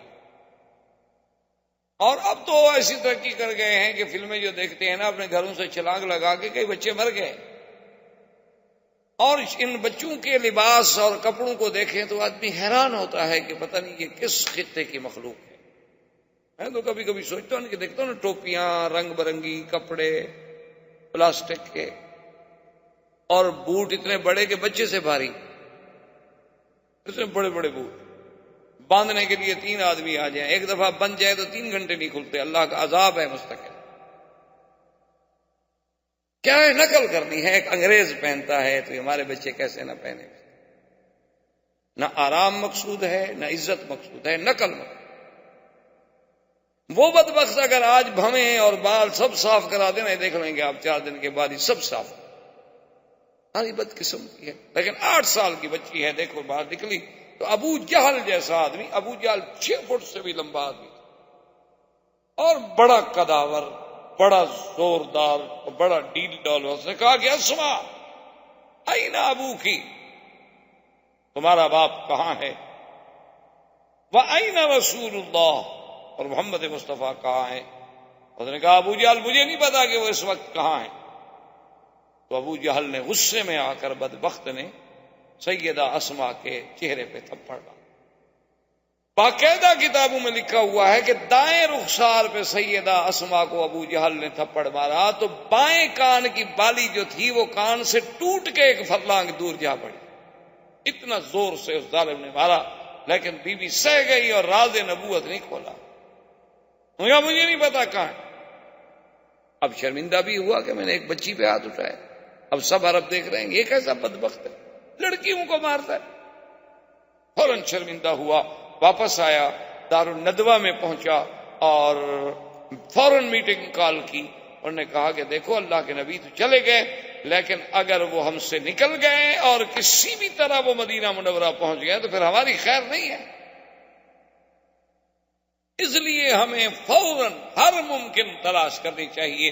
اور 100 اونٹنی کا اعلان کیا ابو جہل نے کہ جو آدمی اللہ کے نبی کی خبر لائے گا میں اس کو 100 اونٹنی انعام دوں. اب جناب کفار قریش دوڑ پڑے اور ادھر میرے بدلی آگے آگے جا رہے ہیں، سیدنا صدیق پیچھے جا رہے ہیں. اور جب غار کے پہاڑ کے قریب پہنچے، حضور تھوڑے سے اوپر چڑھے تو سیدنا ابو بکر کہتے ہیں کہ حضور کی انگلیاں مبارک میں خون بھر گیا. ان کے نازک بدن تھا کہ حضرت انس فرماتے ہیں کہ میں نے تو ایسا ریشم و کم خواب بھی نرم نہیں دیکھا جیسے حضور کی تلیاں مبارک نرم تھی. تو حضرت صدیق سے نہ رہا گیا. حضرت صدیق رضی اللہ تعالیٰ عنہ نے عرض کیا کہ یا رسول اللہ ارکب علی کتفی، حضور میں بیٹھ جاتا ہوں آپ میرے کندھے پہ سوار. حضور فرمایا ابو بکر کیا کرنے کا؟ حضور میں آپ کی تکلیف نہیں دیکھ سکتا، ان پتھروں پہ چلتے ہوئے آپ کے پاؤں، آپ کا جسم، آپ کا جسد مبارک ایک تکلیف محسوس کر رہا ہے. ابو بکر یہ برداشت نہیں کر سکتا. تو حضور صلی اللہ علیہ وسلم آپ کے کندھے پہ بیٹھے اور ابو بکر اٹھا کے چلے. اسی لیے ایک آدمی نے جب حضرت علی سے پوچھا کہ من اعلم الناس، کہ حضور کے صحابہ میں سب سے بڑا علم والا کون تھا؟ قال ابی بکر، ابو بکر. میں نے کہا عجیب بات ہے، ابو بکر آپ سے بھی بڑے عالم تھے؟ انہوں نے کہا ہاں، حضور نے اپنے مصلی پہ ابو بکر کو کھڑا کیا ہے. اگر ابو بکر سے بڑا عالم کوئی ہوتا تو حضور اس کو مصلی پہ کھڑا کرتے، کیونکہ حضور کا فرمان ہے کہ فَلْيَؤُمُّكُمْ أَعْلَمُكُمْ، تمہارا امام وہ بنے جو سب سے بڑا عالم. اب اس نے سوچا، اس نے کہا اچھا یہ تو بتائیں سیدنا علی کہ حضرت ابو بکر سے یا حضور کے صحابہ میں سب سے بڑا بہادر کون ہے؟ کیونکہ حضرت علی بہت بہادر. تو حضرت علی نے پتہ ہے کیا کہا؟ اس نے کہا ابو بکر سب سے بڑا بہادر بھی ابو. کہا کیا کہہ رہے ہیں؟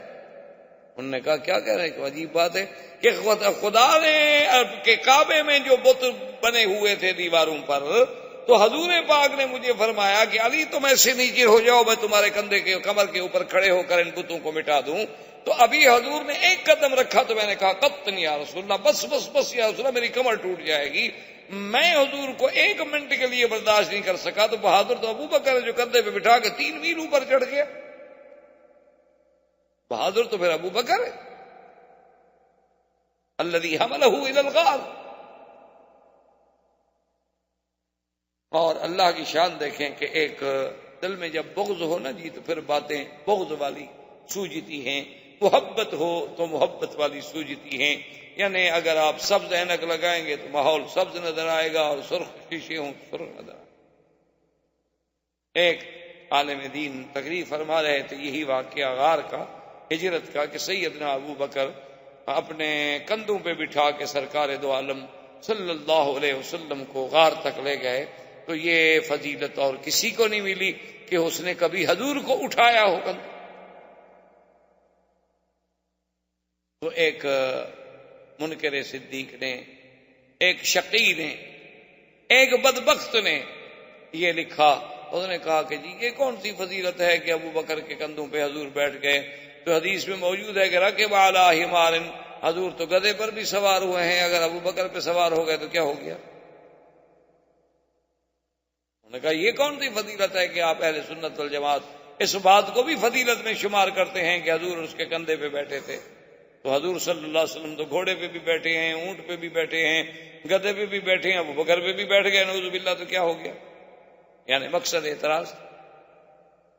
تو انہوں نے فرمایا کہ میرے بھائی بالکل ٹھیک ہے، ہم مانتے ہیں، لیکن تم نے اصل بات کو سمجھا نہیں ہے. حضور اونٹنی پہ بھی بیٹھے، براق پہ بھی بیٹھے، حضور گھوڑے پہ بھی بیٹھے، حضور گدھا پہ بھی بیٹھے، حضور خچر پہ بھی بیٹھے، حضور دلدل پہ بھی بیٹھے. یہی تو ہمارا عقیدہ ہے. لیکن ہمارا ایمان ہے جس اونٹ پہ حضور بیٹھے ہیں وہ اونٹ ساری دنیا کے اونٹوں سے افضل ہے، اور جس گدھا پہ حضور بیٹھے ہیں وہ گدھا ساری دنیا کے گدھوں میں افضل ہے، اور جس بندے پہ نبی بیٹھا ہے وہ بندہ ساری دنیا کے بندوں سے افضل. یہی تو ہمارا عقیدہ ہے، اسی کو تو ہم بیان کرتے ہیں. ہم منکر تو نہیں ہیں کہ حضور نہیں بیٹھے. فلما دنا الى الغار، جب حضور غار کے قریب پہنچے، اس نے کہا یا رسول اللہ کیف یا رسول اللہ، حضور آپ اتریں، ٹھہر جائیں ٹھہر. حضور فرمایا نماز ہے آپ. کہنے لگا حضور مدتوں کی پہاڑوں میں غار ہے، خدا جانے اندر کوئی جانور ہو، کوئی سانپ ہو، کوئی پہاڑی بچھو ہو اور کوئی موذی اشیاء اندر ہوں، تو میں کیسے برداشت کر سکتا ہوں کہ پہلے میرا محبوب اندر جائے، پہلے مجھے جانے دے، میں صاف کروں، اطمینان کروں، پھر میرا محبوب اندر آئے. تو حضور نے فرمایا کہ اچھا ٹھیک ہے. تو حضرت ابو بکر اندر تشریف لے گئے اور کپڑے سے پوری غار کو صاف کیا اور دیکھا کہ کہیں سوراخ ہے، کہیں کوئی چیز ہے، کہیں کوئی چیز ہے. غاریں پرانی سی غاریں تھی، تو کہیں کپڑا پھاڑ کے اس میں دے دیا، کہیں کوئی چیز دے دی. بند کر کے اطمینان کرنے کے بعد اس نے عرض کیا ادخل یا رسول اللہ، اب حضور آپ اندر تشریف لائیے. تو علماء نے اس عمل سے ایک مسئلہ استنباط کیا. انہوں نے کہا کہ جب مکے کے جبل ثور کی غار میں پہلے ابو بکر داخل نہ ہوں تو نبی داخل نہیں ہوتے، تو مسلمان کے دل والی غار میں بھی جب تک حب ابو بکر نہیں ہوگی تو حب رسول کبھی داخل ہو ہی نہیں. یہ اللہ کی حکمت. جو ابو بکر کا منکر ہے وہ رسول کا منکر. کہ فمن احبهم فبحبی احبهم ومن ابغضهم فببغضی ابغضهم.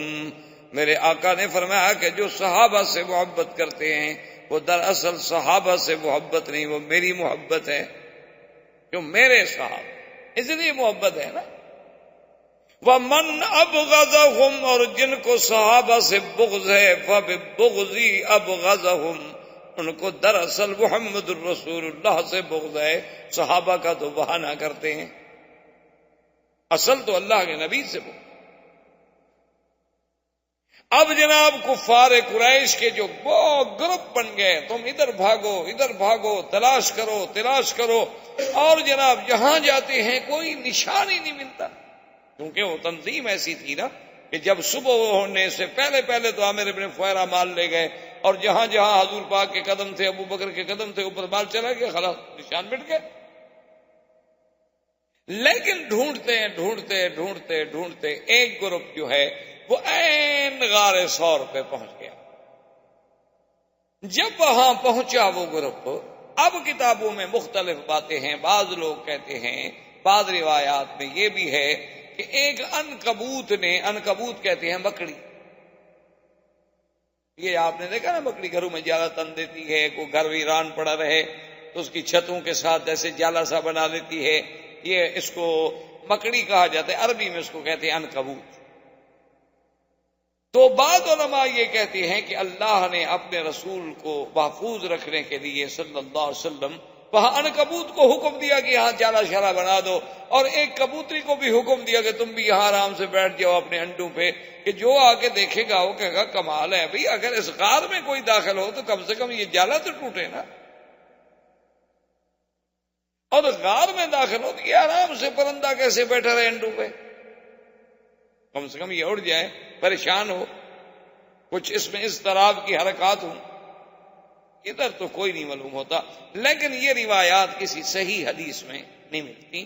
البتہ بعض روایات میں ہیں جو روایات ضعیف ہو سکتا ہے. وما ذلک علی اللہ بعزیز، اللہ کے آگے کون سی مشکل بات. اللہ تبارک و تعالی اگر ہدہد سے حضرت سلیمان علیہ السلام کے لیے اتنا بڑا کام لے سکتے ہیں تو کیا کسی اور پرندے سے میرے مدنی صلی اللہ علیہ وسلم کی حفاظت کا کام نہیں لیا جا سکتا؟ کوئی بڑی بات نہیں. لیکن بہرحال یہ واقعہ کسی حدیث صحیح میں ہمیں ملتا ہے کہ کسی صحیح حدیث مبارک میں ملے. البتہ یہ بات جو ہے یہ بخاری و مسلم میں اور سیاہ ستہ میں موجود ہے کہ جب وہ گروہ آیا تو وہ بالکل عین دروازے کے قریب آ گئے، اور حضرت ابو بکر فرماتے ہیں کہ میں ان کے قدموں کو دیکھ رہا ہوں کہ وہ کھڑے ہیں. اب اس میں بھی دو روایات ہیں. بعض علماء فرماتے ہیں کہ وہ دروازے پر تھے، اور بعض کہتے ہیں کہ نہیں وہ پہاڑ کے اوپر تھی. یہ تو غار تھی نا، اوپر تو پہاڑ تھا نا، تو اوپر جو تھے تو اس میں کوئی ایک دراڑ تھی جس سے وہ نظر آتے تھے. لیکن زیادہ روایات یہی ہیں کہ وہ دروازے پر تھے. یعنی یوں اگر مڑ کے دیکھا جائے تو حضرت ابو بکر گھبرائے تو انہوں نے فوراً کہا کہ یا رسول اللہ لو نظر احدهم تحت قدمیہ لابصرنا، میرا مدنی اگر ان میں سے کسی نے صرف اپنے پاؤں کے نیچے بھی غور کر کے دیکھا تو نیچے تو ہم بیٹھے ہم نظر آ جائیں۔ اللہ اکبر۔ حضور نے فرمایا ما ظنک باثنین اللہ ثالثہما، اللہ اکبر، ما ظنک یا ابا بکر باثنین اللہ ثالثہما۔ حضور نے فرمایا ابو بکر کیا گمان ہے تمہارا ان دو آدمیوں کے بارے میں جن کے ساتھ تیسرا خود خدا ہو؟ ان کا کوئی کچھ بگاڑ سکتا ہے؟ اسی کو قرآن نے اتارا۔ قرآن اللہ کا جبریل لایا الا تنصروہ فقد نصرہ اللہ اذ اخرجہ الذین کفروا ثانی اثنین اذ ہما فی الغار۔ اللہ نے فرمایا کہ دیکھو اللہ نے کیسے مدد کی۔ کب؟ اللہ فرماتے ہیں کہ جب کافروں نے میرے مدنی کو اور ابو بکر کو نکالا، اذ اخرجہ الذین کفروا ثانی اثنین، وہ دو میں سے دوسرا۔ اللہ نے یہ نہیں فرمایا اثنین بلکہ فرمایا ثانی اثنین اذ ہما فی الغار، کہ وہ دو میں سے دوسرا، یعنی قرب نبی کا، صحبت نبی کا، تقرب رسول کا اتنا رنگ چڑھا ہے کہ اب ابو بکر بھی گویا نبی کے برابر آ کے دوسرا بن گیا۔ ورنہ کہتے اللہ پاک فرماتے ایک نبی اور ایک ابو بکر۔ فرمایا ثانی اثنین اذ ہما فی الغار اذ یقول لصاحبہ لا تحزن ان اللہ معنا، کہ جب اللہ کے حکم سے مدنی مصطفیٰ فرما رہے تھے اپنے صاحب کو کہ لا تحزن، غم نہ کر، اللہ ہم دونوں کے ساتھ ہے۔ اللہ کی معیت جب ہمارے ساتھ ہے تو دشمن کیا بگاڑ سکتا ہے؟ اس لیے علماء نے لکھا ہے کہ کسی صحابی کے لفظ کا انکار کرنے سے بندہ کافر نہیں ہوتا، مگر ابو بکر کے صحابی ہونے کا انکار کرے تو کافر ہو جاتا ہے، کیونکہ ابو بکر کو تو اللہ نے قرآن میں صاحب کہا ہے نا۔ تو اللہ کے قرآن کے تو ایک حرف کا منکر بھی کافر ہے اور ایک آیت کا منکر بھی کافر ہے اور سارے قرآن کا منکر بھی کافر ہے۔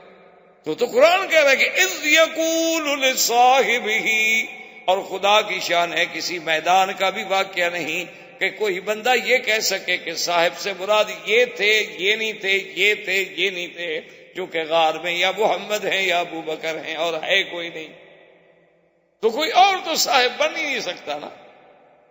اذ یقول لصاحبہ لا تحزن ان اللہ معنا۔ اللہ کی شان دیکھیں، یہاں ایک ابو بکر کی شان ہے اور ایک میرے مدنی محمد مصطفیٰ کی شان ہے۔ کیوں؟ علماء نے لکھا کہ دیکھو کہ جب موسیٰ علیہ السلام کے ساتھ ان کی قوم اللہ اکبر مصر سے نکل کے جا رہی تھی اور پیچھے فرعون لشکر لے کے آ گیا تو قوم گھبرا گئی، ڈر گئے۔ پہلے بھی تو بڑے کچلے ہوئے لوگ تھے، مظلوم، کیونکہ جو لوگ کافروں کے ملک میں رہتے ہیں نا ان کو پتا ہے نا کہ مسلمانوں کی زندگی وہاں کیسے۔ یہ تو الگ بات ہے کہ اللہ نے مسلمانوں کو جہاں حکومت دی انہوں نے کبھی اقلیات پہ کبھی کافروں پہ ظلم نہیں کیا، لیکن جب کافروں کو طاقت ملی آج بھی اسپانیہ اور غرناطہ کی مسجدیں گواہ ہیں کہ کفر کیا کرتا ہے۔ آج بھی تاریخ ہے، حقائق ہیں، موجود ہیں، آپ کو صفو میں دیکھ لیں، آپ سربیا کے احوال پڑھیں، آپ کشمیر کے احوال پڑھیں، آپ دیکھیں کیا کیا نہیں ہو، ظلم کی وہ کون سی قسم جو مسلمانوں پہ آزمائی نہیں جاتی،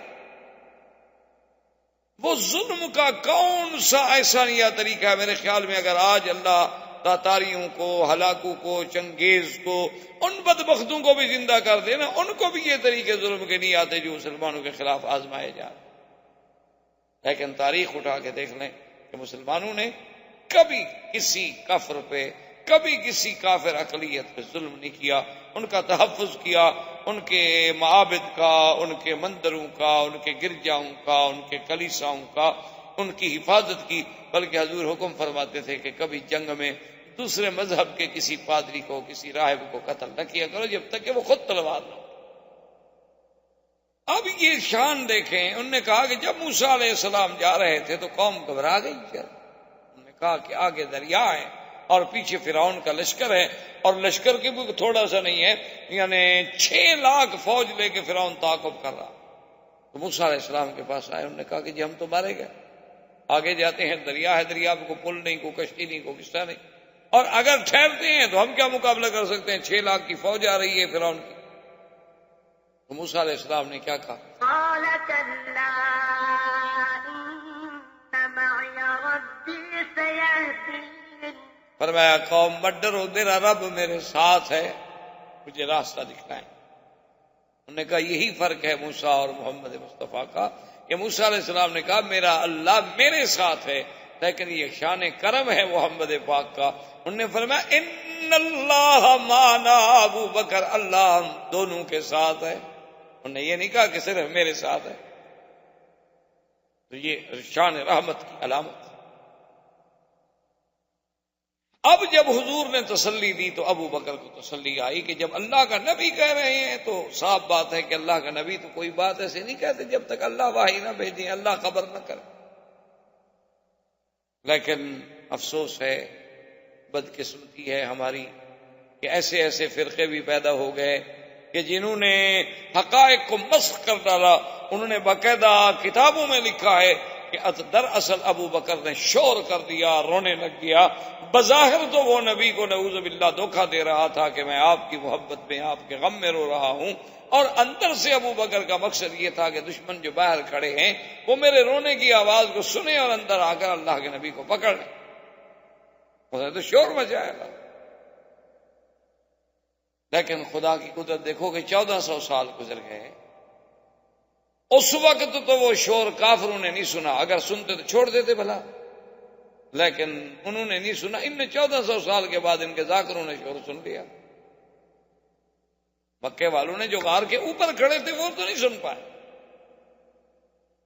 اگر انہوں نے رونا شور تھا اور وہ شور سن لیا ہوتا تو وہ کب چھوڑ دیتے تھے۔ اور اسی لیے خدا کی شان دیکھیں، وہ تو علام الغیوب ہے نا، علیم بذات صدور ہے۔ اللہ نے فرمایا لا تحزن، یاد رکھو 2 لفظ ہیں قرآن میں، ایک ہے لا تخف اور ایک ہے لا تحزن، ایک ہے ڈرو نہیں، ایک ہے غم نہ کرو۔ ان دونوں میں بہت بڑا فرق ہے۔ جب آدمی کو اپنا ڈر ہو تو وہاں ہوتا ہے کہ بھئی مت ڈرو،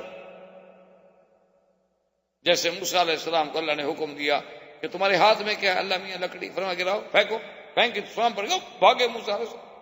اللہ فرمایا خذھا ولا تخف، موسیٰ علیہ السلام پکڑو لکڑی، ڈرو شرو نہیں، خیر ہے، یہ تو معجزہ ہے، ہم نے سام بنایا، ابھی لکڑی ہم بنا دیتے ہیں۔ تو موسیٰ کو اپنا ڈر تھا تو اللہ نے فرمایا لا تخف۔ اور اللہ نے اسی موسیٰ کی اماں کو فرمایا کہ جب دشمنوں کو پتہ چل جائے تیرے بچے کا،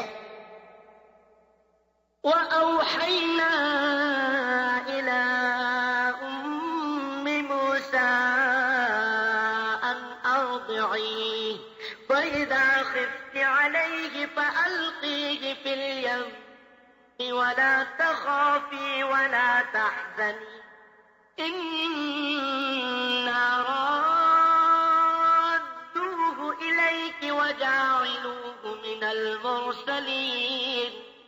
اللہ نے فرمایا کہ موسیٰ کی اماں اپنے بچے کو دودھ پلا کے صندوق میں بند کر کے ڈرو نہیں دریا میں ڈال لو، لا تخافی، تم اپنا بھی کوئی ڈر نہ کرنا، تمہاری بھی ہم حفاظت کریں گے، ولا تحزنی، اور موسیٰ کا بھی ڈر نہ کر، غم نہ کر، اس کا بھی کوئی فکر نہ۔ انا رادوہ الیک، ہم موسیٰ کو تمہاری طرف لوٹائیں گے، وَجَاعِلُوهُ مِنَ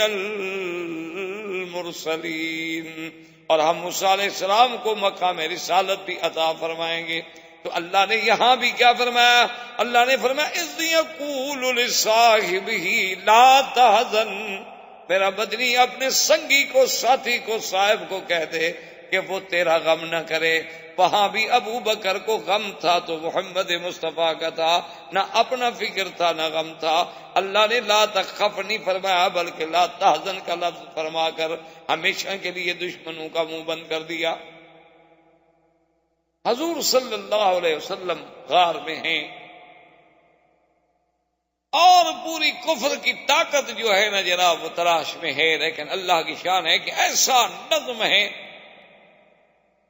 اور یہ سعادت ملی تو صرف صدیق کے گھرانے کو ملی ہے کہ غار کا ساتھی ہے تو ابو بکر ہے، اور سارے دشمنوں کی خبریں لانے والا ہے تو عبداللہ ابن ابی بکر ہے، ابو بکر کا بیٹا ہے، اور نقش مٹانے والا ہے تو ابو بکر کا غلام عامر ابن فہیرہ ہے، اور طعام پہنچانے والی ہے تو ابو بکر کی بیٹی ہے، اور راز نبوت کے لیے مار کھانے والی ہے تو وہ ابو بکر کی بیٹی ہے، جس کو اللہ اتنی نعمتیں دے اس کی شان میں کون کمی کر سکتا؟ یہ تو ہماری کم عقلی ہے، ہمارے ان دوستوں کی کم عقلی ہے کہ جن کو آج تک اصحاب رسول کی عظمت اور مقام جو ہے وہ سمجھ نہیں آ سکتا۔ روزانہ باقاعدہ تنظیم سے عبداللہ ابن ابی بکر جا کے حال پہنچاتے ہیں کہ یا رسول اللہ آج کافروں نے یہ کیا یہ کیا یہ کیا۔ عامر ابن فہیرہ مال چراتے چراتے نقصان مٹاتے ہیں اور 7 بکریوں کا دودھ پہنچا دیتے ہیں۔ بی بی اسما کھانا پہنچا دیتی ہیں عامر ابن فہیرہ کو، اور عامر ابن فہیرہ آگے کھانا پہنچا دیتے ہیں، اور ایک دلیل ہے راستہ دکھلانے والا وہ یہودی ہے۔ اسی لیے علماء نے لکھا کہ اگر اللہ چاہتے تو جو خداوند قدوس معراج کی رات میں بیت المقدس کو اٹھا کے اللہ کے نبی کے سامنے کر سکتے ہیں تو کیا مدینے کا راستہ نہیں دکھلا سکتے؟ حضور صلی اللہ علیہ وسلم کے لیے مدینے کا راستہ کھول دینا کوئی مشکل بات ہی، سارا مدینہ سامنے کر دیں، لیکن امت کو سبق دینا تھا کہ اگر کوئی راستے کے امور میں، کسی جہاد رانی میں، کسی راستے کی سفر کی معلومات کے لیے، دنیاوی علوم حاصل کرنے کے لیے اگر یہودی نصرانی کافروں سے معاملہ کیا جائے تو کوئی منع نہیں۔ اس لیے جو دلیل تھا جس کے ذمہ تھا کہ تم نے ہمیں خفیہ راستے سے مدینہ منورہ پہنچانا ہے وہ کافر تھا۔ اچھا خدا کی شان ہے کہ وہ کافر بھی اتنا پکا تھا کہ اس نے آخر وقت تک غداری نہیں۔ آج کا کوئی مسلمان ہوتا ہے تو بڑا اعلیٰ سودا کرتا ابو جہل سے، کیونکہ آج کل تو مسلمان ماشاءاللہ مانا یہی ہوتا ہے نا کہ ہر بات پہ کمیشن، ہر بات پہ سودا، تو اس نے بھی غداری نہیں۔ اب حضور صلی اللہ علیہ وآلہ آلہ واصحابہ وسلم تسلیما کثیرا کثیرا 3 راتیں رہنے کے بعد غار سے اب کافر تو تھک گئے۔ 3 راتیں کو مذاق تو نہیں ہوتی نا کہ 3 دن اور 3 رات پورے مکے کے راستے سارے جو ہیں کنگھال ڈالو اور کہیں سے کوئی خبر نہ ملے، تو ذرا وہ تھمے اور حضور اپنے اونٹنیوں پر سیدنا ابو بکر کے ساتھ ایک خالص خفیہ طریق سے، خفیہ راستے سے غار سے نکل کے آپ نے سفر اختیار فرمایا۔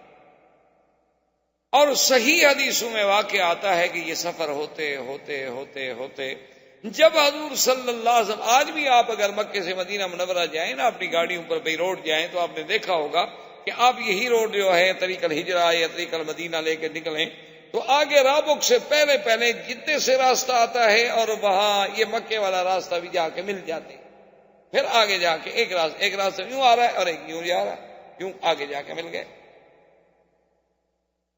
حضور پاک تو پہاڑوں سے آ رہے تھے نا، یہ جو راستے میں وادیاں ہیں جیسے وادی عثفان ہے، وادی قدید ہے، یہ ساری وادیوں کے قریب قریب پہاڑوں سے گزرتے ہوئے، کیونکہ اس زمانے میں اونٹوں کا سفر ہے، وہ کاریں ہیلی کاپٹر تو نہیں تھے۔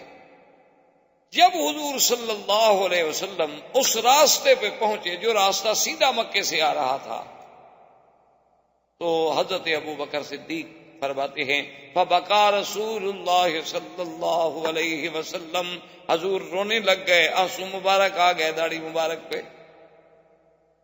حضرت صدیق نے عرض کیا کہ یا رسول اللہ کیا بات ہے، آپ کیوں اداس، کیوں رو رہے ہیں، مجھے بتائیں۔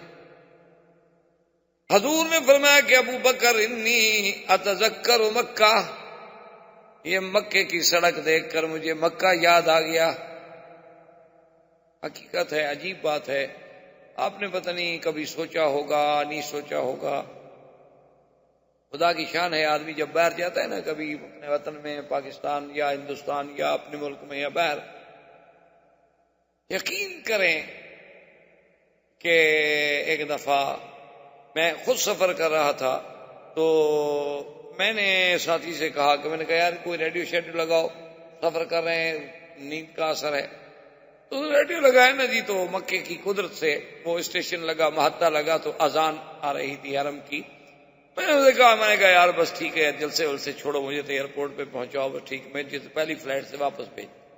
کہا کمال کرتے ہیں، ہم اتنے اعلان کر چکے ہیں، اشتہار دے چکے ہیں، اللہ کی مخلوق تو انشاءاللہ آپ تو خیر مکہ شریف پہنچ جائیں گے، لیکن ہمیں تو جمرۃ العقبہ بنا دیں گے، اتنے پتھر ماریں گے جتنے حاجی نہیں مارتے شیطان،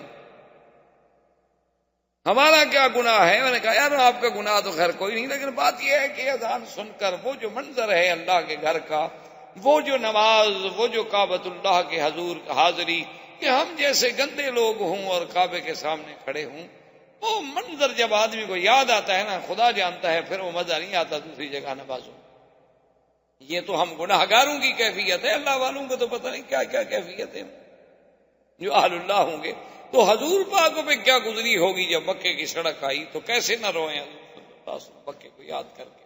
اللہ نے جبریل بھیجا اور فرمایا کہ جا کے فوراً میرے نبی سے کہہ دو ان الذی فرض علیک القرآن لرادک الی معاد، کہ میرا مدنی جس ذات نے تجھ پہ قرآن نازل کیا ہے اس کا وعدہ ہے کہ ہم تجھے پھر لوٹائیں گے مکہ میں، غم نہ کریں آپ حضور، آپ غم نہ کریں، آپ اداس نہ ہوں۔ اب علماء کہتے ہیں کہ اللہ نے یہ کیوں کہا کہ ان الذی فرض علیک القرآن، یہاں قرآن کے ذکر کرنے کی کیا حکمت تھی؟ بس یہ فرما دیتے کہ ہم آپ کو مکہ لوٹائیں گے، لیکن یہ کہنا کہ وہ ذات جس نے قرآن فرض کیا، وہ ذات جس نے قرآن نازل کیا، تو قرآن شریف کے ذکر کی کیا ضرورت ہے؟ علماء نے لکھا اس میں اشارہ تھا کہ میرا مدنی جب ہم نے قرآن اتارنا چاہا اور جبریل میرا قرآن لے کے آیا تو کوئی دشمن روک سکا؟ ہم نے چاہا تو غار حرا میں بھی تو قرآن پہنچا دیا، ہم نے چاہا تو غار ثور میں بھی تو قرآن پہنچا دیا۔ تو جب ہم اتارنا چاہتے ہیں نا قرآن، اور ہمارے فرشتے کو کوئی نہیں روک سکتا، جب ہم اپنے نبی کو مکے میں لانا چاہیں گے تو میرے نبی کو کون روک سکتا ہے؟